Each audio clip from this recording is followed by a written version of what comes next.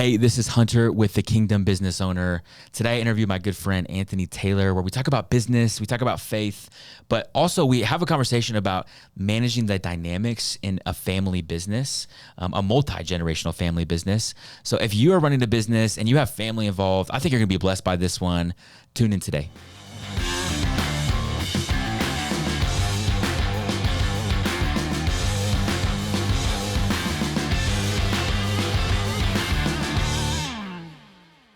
Hey, Anthony Taylor, bro, glad to have you on the podcast, man. Thanks for making it in. Yeah, thanks for the invite. I appreciate it. So today we're talking about entrepreneurship. We're talking about Jesus. Man, give us the 60-second version of who you are, how you got in this position of running this company that has deep influence in our community. Give us the 60-second version. Ooh, 60 seconds. All right. You're on the clock, bro. Yeah. So grew up in the industry. My mom married my stepdad. I grew up with a single mom for a lot of years.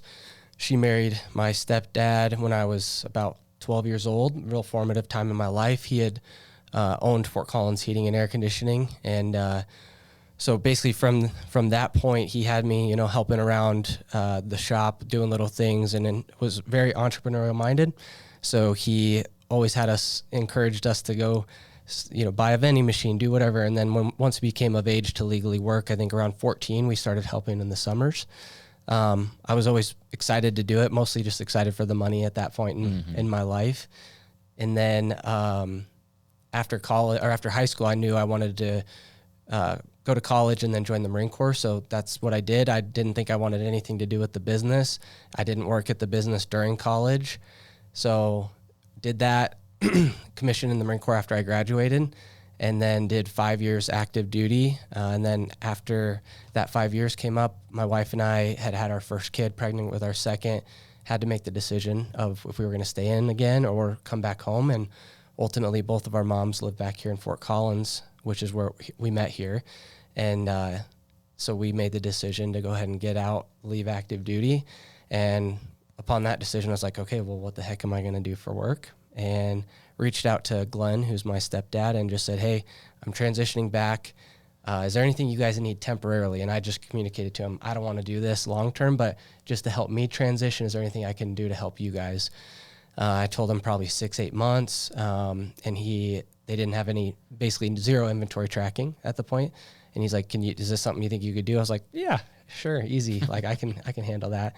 So I implemented an inventory system for them, and it's funny, all the while looking for something, started in my MBA at CSU, just trying to figure out what I wanted to do. Went down multiple different rabbit holes with OtterBox and then getting my real estate license. And then a couple years in of being at the business and just moving into different roles, I feel like God just put it on my heart, finally, this is where I need to be. I'm here. I'm there. I'm where I want to be. We're in going through COVID, we're in an essential business that's always needed. I love the people I work with. I love the image we have in the community. So all the pieces finally just aligned for me in a really cool way. So I know that was more than 60 seconds, but yeah, here we are. I progressed to multiple different roles in the business. And then just in the last, I think about 6-8 months ago, became the president of the company. And then in January became a co-owner with my dad, stepdad and stepbrother. So man, what a cool story of just you evolving, God opening your eyes to see you're exactly where you're supposed to be. Yeah, that's really sweet. Tell us a little bit about Fort Collins Heating Air. You guys have 150 plus employees. You guys have big goals. Man, what is that like as a new president and a young guy stepping into that space, running a company of this magnitude? Yeah, it's cool. Just in the 6 years or so that I've been back from the Marine Corps, we've experienced some rapid growth. Some of that, I had some influence on. Some of it was COVID, as bad as it sounds, was great for our industry. People were home more, doing home projects. They wanted, when they're there at the heat of the day, they needed comfort. And, so it did help our business a lot. So we saw a lot of growth with that. Private equity buyouts all through our area really drove a lot of employees and people to us. So I think when I started back, we were probably about 10 million in revenue. And this year we should do about 32 in that time frame. So, and then a lot of employee growth. So what really, I mean, it's just been, it's been cool to get to work with family, cool to be a part of that growth and have the opportunity to work into a position where I can affect a lot of change and be an impact for a lot of families and a lot of employees. It's good, for sure. man. It's really good. Hey, real quick, just wanted to take a quick break in the podcast. Thanks for listening. Wanted to give a shout out to one of our sponsors, StoryPath Marketing. I deeply trust these guys because they do our marketing. I trust them. I believe in them, which is why I can vouch for them. StoryPath helps brands build meaningful pathways to their customers through the power of storytelling.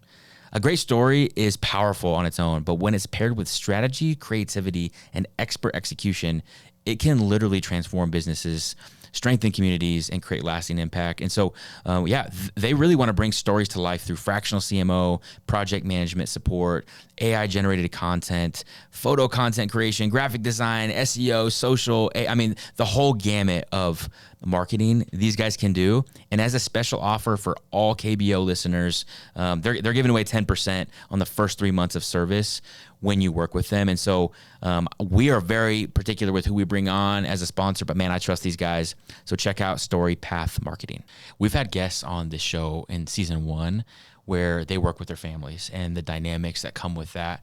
And I know there's a lot of people listening that, they're maybe second generation or they're, started something with their dad or, whatever it might be. And what has that dynamic been like? With working with family, what's that like? What encouragement could you give somebody that's listening that's like maybe wrestling with, oh my gosh, this is way harder than I thought it was going to be? Yeah. So I have 2 brothers in the business with me. So it's all 3 of us boys and our dad all working together, and my brothers and I are 4th generation. Wow. So our great grandpa bought Fort Collins Sheet Metal in the 60s. Glenn's dad, our grandpa, continued the tradition with his own company. Glenn started Fort Collins Heating and Air as a continuation of Fort Collins Sheet Metal in 1996. So like a lot of experience in the business. So it's always been kind of a family thing. And one thing I will give Glenn, again, I've always called him Glenn. He's my stepdad. What I will give him a lot of credit for that he's always made abundantly clear to us as employees in his business, as his kids, to avoid any nepotism or anything like that. He always sets kind of the ground rules that in this business we have a business relationship that you have to perform, and sometimes perform more than, at a higher level than anybody else, because I don't want there to be that question of, oh, he just gives his boys preference. So you got to perform. You're going to be an employee. You could be fired. You could be promoted. You could be demoted. Whatever. We got the business side, and then we got a family side that's not negotiable. I love you, right? So he's always just like laid that out on the front end, which I think is great. I think it's really prevented a lot of family tough conversations, right? Yeah. And it helps that all of us feel that same way, right? That we want there to be no doubt. We don't want to hand out. We don't want it just handed. We want to earn it, right? But then there's the family dynamics, that can be a challenge. Still, we all have very different political, spiritual, religious beliefs. So that part can create a challenge on the family side. And I think we've been really good at keeping those separate. We've got such a good relationship on the business and family side, but it's not without tough conversations that ultimately. How do you do that? When those conversations, there's a difference in political, for example, how do you guys come back to making sure you guys are still linked in arms? Yeah. I guess I just attribute that, it's just our commitment to, above all, we're family and we're going to love each other no matter what. And it is hard.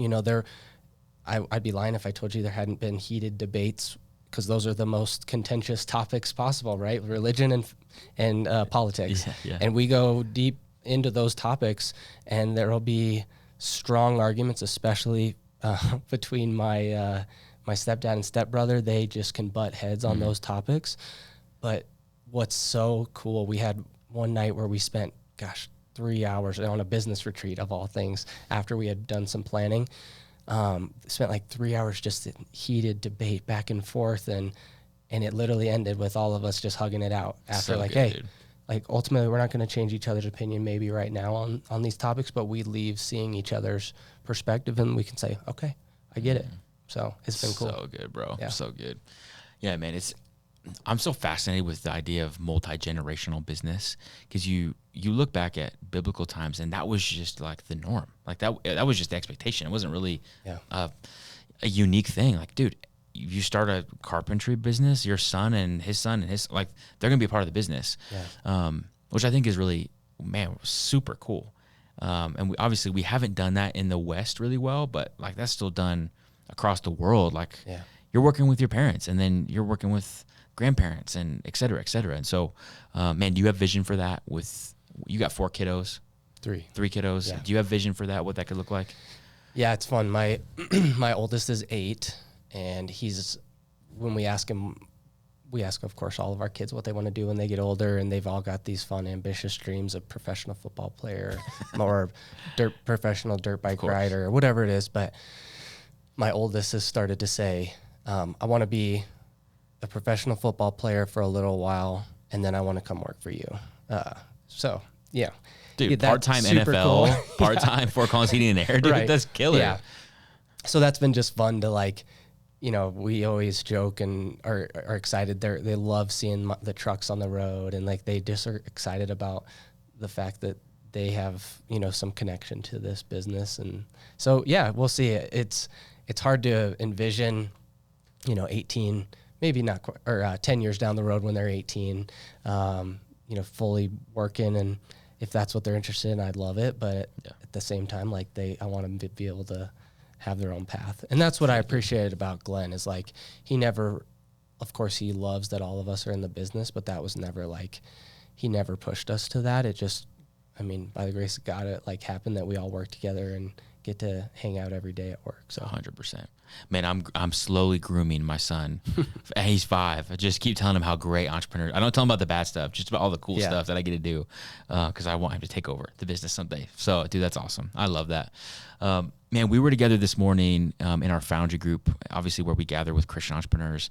And one of the things that we talked about this morning was how our theology of the Bible, of the kingdom, of the king, all impacts our business. So, man, from your perspective, how has your theology impacted how you've now stepped into this president role and started to run this company? How has your theology impacted that? I think it's actually done a lot to make me more reliant on God, and it can be really humbling and kind of point me back to Him, because I certainly don't have it all figured out, and I think that the teachings in the Bible are just so. I mean, we talked about it at our Foundry group, like how much they align to business and how to be a good, effective leader. I mean, the Bible is a leadership book in so many ways. So I think it's really gotten me out of my comfort zone and forced me to refocus on the Lord and on His Word, and how that can guide me too. Because I'll be the first one to tell you, like I tell everybody, I pretty much only listen to podcasts or read business books, and it's just been a cool refocus to just remind myself, like, that's the Bible. Like that is, I can get so much of what I need from the Bible on how to lead my team effectively. Yeah, man. I mean, really, any business book is going to be just a perspective of what's already a kingdom principle. You know, if it's done well, right? And we talked a lot this morning about, man, why good business is the ultimate form of loving your neighbor.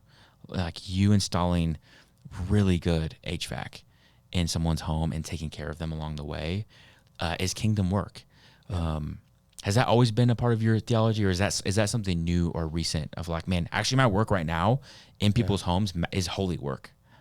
Yeah, I think I had a good foundation, and we can talk maybe a little bit about my my spiritual journey at some point. But my father-in-law, who passed like a week after my wife and I got engaged, he had such a actually a lasting impact on me in that sense, like such a strong man of God and a believer, but he was an accountant, right? And he kind of was that example of what being like, God's calling is to,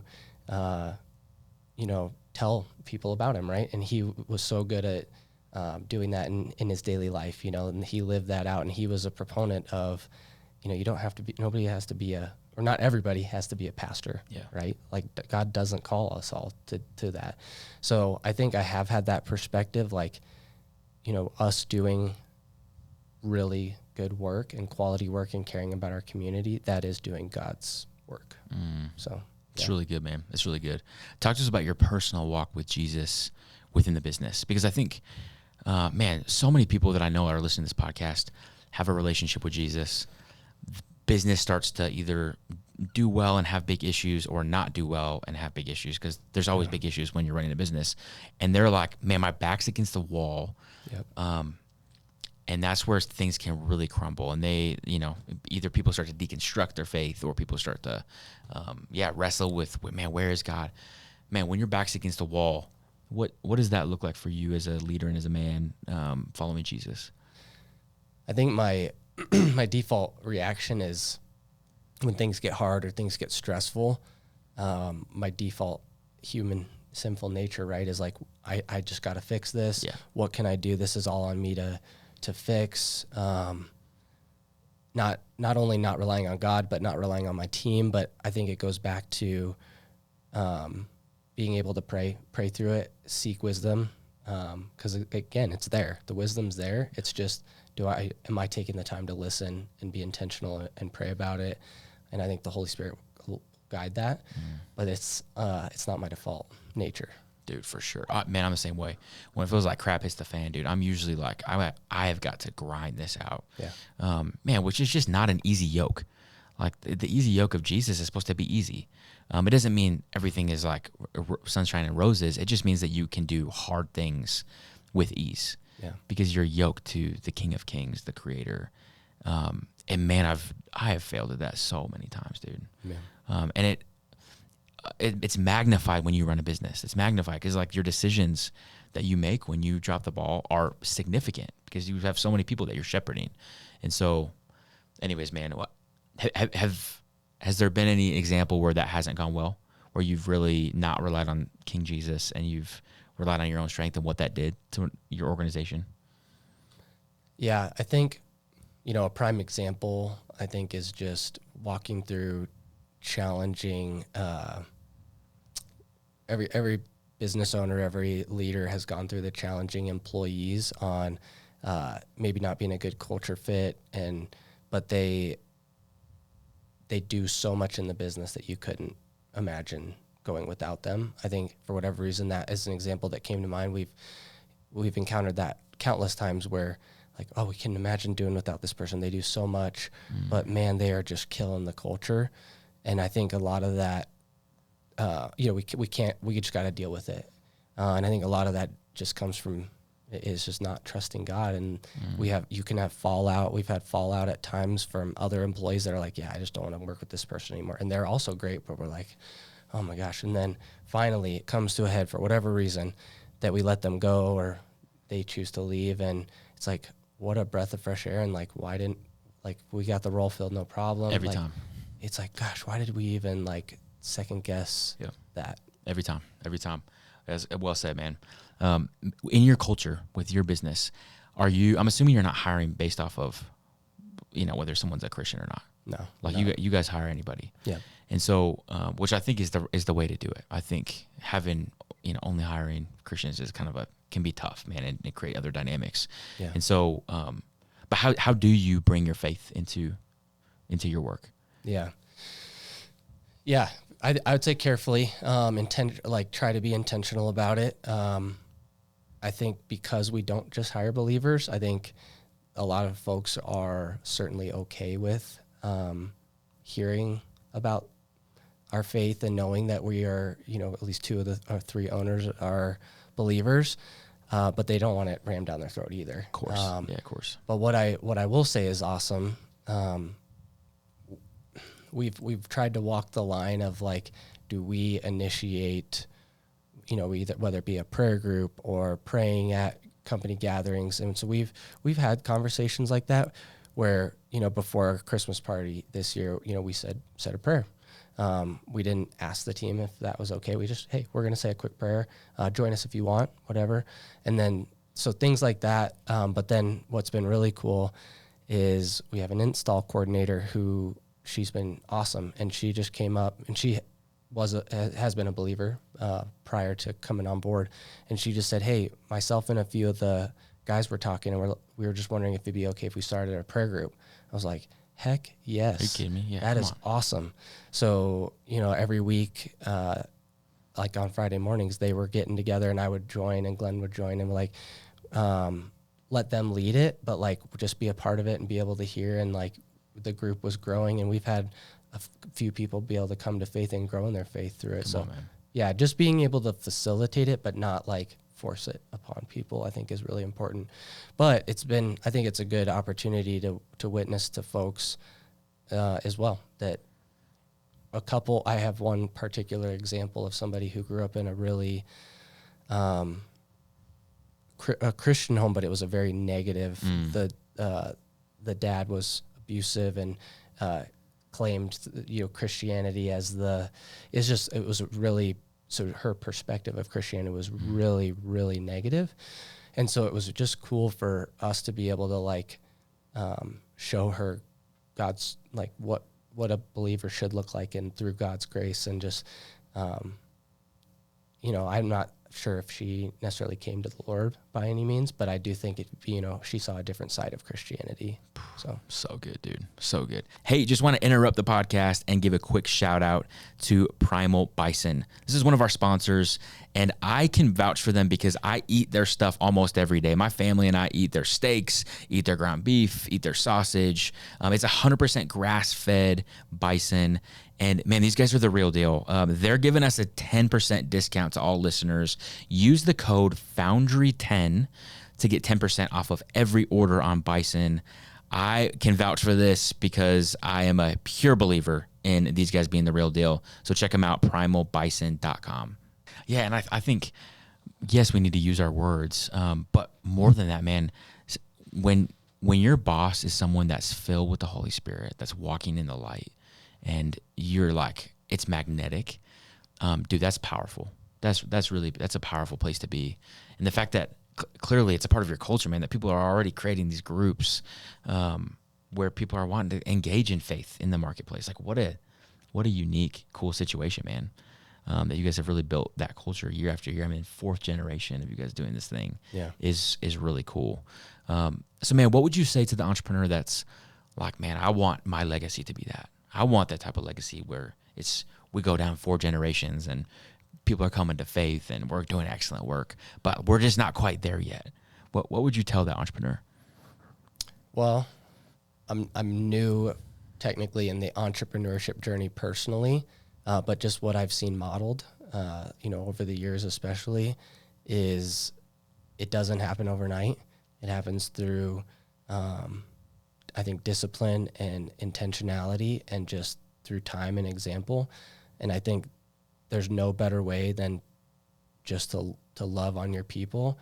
Just, sometimes at the expense of your own comfort, just go above and beyond, be willing to pay a little more, be willing to, do those extra little things that go above and beyond that might, you might advertise it as like trying to have a good culture, but really you're just trying to love your neighbor as best as you can, right? And I think it's just something that happens over time.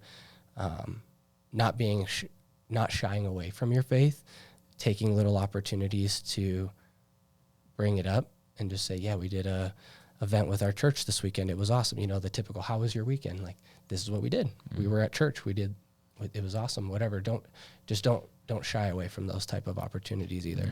It's the little things that I think can go a long way over time, as opposed to like trying to make a big show of it and almost turning people off, because they need to see your heart and they need to see that consistency too. It's really good, man. It's really good. Yeah, I have a friend that when he talks about culture, he says culture is what you do, say, allow, and promote. And I'm like, oh, bro, that's what a killer definition of culture. And it feels like you guys are doing that. You guys are trying to live that out. And obviously you haven't done it perfectly, and we'll continue to miss it. But you're hitting those things based off of what God's called you to do, which is really cool, man. Yeah. Okay, that's helpful for the entrepreneur that's listening. That's like, man, that's the legacy that I want, but my P&L's in the red. So what the heck, dude? What do you want me to do?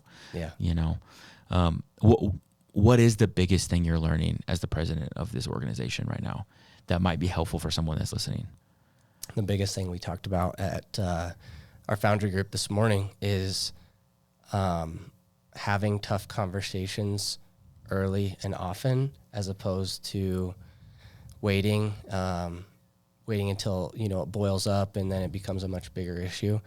I'm definitely somebody, maybe you'd think, I don't know, that being in the Marine Corps, I'm like super fine just chewing people out or yelling, which couldn't be further from the truth, That's why I had senior enlisted Marines, that they got to be the ones that could be the bad guy, right? And I could just sit back and didn't have to be the bad guy. I could help set the vision, whether, even in the Marine Corps, that was what I could help do, is think big picture, set the vision.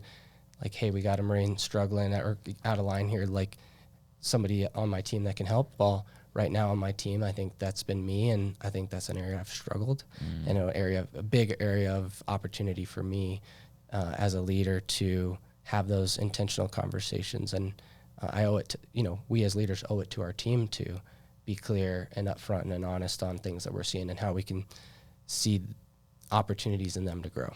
It's so good. I read in a marriage book once that having a weekly time to he called it taking the trash out, where like, if there's things that are coming up or anything that you feel like you need to process with your wife, like, man, you want to take the trash out, because if you don't take the trash out, that means that the next week the trash is overflowing. And then you wait another week, and then it's like your whole side of the house is overflowing with trash bags, and that's a disaster to try to pick up. So I'm like, yeah, man, that translates to business. Like, we got to take the trash out, bro. Like, it's our job to take the trash out. And some of the most loving things we can do is speak directly and boldly to our people that are looking to us as their leaders, which, again, as we commiserated this morning, we both suck at. We can talk about it, but it's so difficult. It's so difficult. And obviously I don't think the compliment sandwich works super great, where it's like, hey, you're super great, we have to fire you, but you're super great, Sure, not if it's at that level, for sure. Yeah. I saw in this it was a documentary about the Cowboys. I love the way that, I'm not a huge Jerry Jones fan, but Jerry Jones, there's this scene where this player walks in, Jerry Jones stands up from his desk. He's like, hey, man, really appreciate your work. We're going to have to let you go. Today's your last day. Pack your stuff. Super thankful. See ya.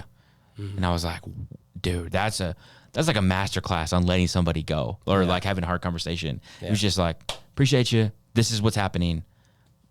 I mean, it was like that direct. Yeah. I'm like, that's a master class on having a hard conversation. So what are you learning right now in having hard conversations? Well, I think I like what you're saying. I think, the reason that I kind of brought up this morning, the compliment sandwich is like, don't do it unauthentically, right? Like, it needs to be authentic. Yes. If they are doing really well in certain areas, like, I like to be able to highlight, like, hey, these are all the areas you're winning. And this was the hard conversation I was referencing, was for an employee review. So just being able to be like, hey, dude, these are all the ways that you're killing it, but I want to help you get to the next level. And here's some opportunities. And that's how I tried to frame it, is like, these are just some opportunities I'm seeing to help you elevate your leadership to the next level. Not like, hey, these are some things you're sucking at or that you need to improve on. Like, you really need to work on this. Like, I think it's how it was framed. But, it needs to be genuine. If somebody is just really kind of across the board not doing a great job, I also don't want to sugarcoat that and, almost lie to them to just make them feel better either. We need to be, totally. I think that's part of being honest, is like, hey, you're missing the mark, and being willing to go be blunt as needed. But you got to do it in a loving way too. How do you deliver that in a loving brotherly, sisterly way. Right? I like what you said about being authentic in those conversations, because one thing that I've been learning in having these hard conversations with employees is sharing my heart of why I'm having the conversation with them. I just had one recently with an employee where it's, hey, we're having this conversation because I deeply care about you, and I deeply care about who God's called you to be. And we need to talk a little bit about the gap between where I know you want to be and what God's called you to be and where you are. And it's only out of love. Like, this is the reason we're having this conversation, because I love you and I want you to thrive. And so, anyways, man, I feel like that authentic piece that's super clutch. For sure.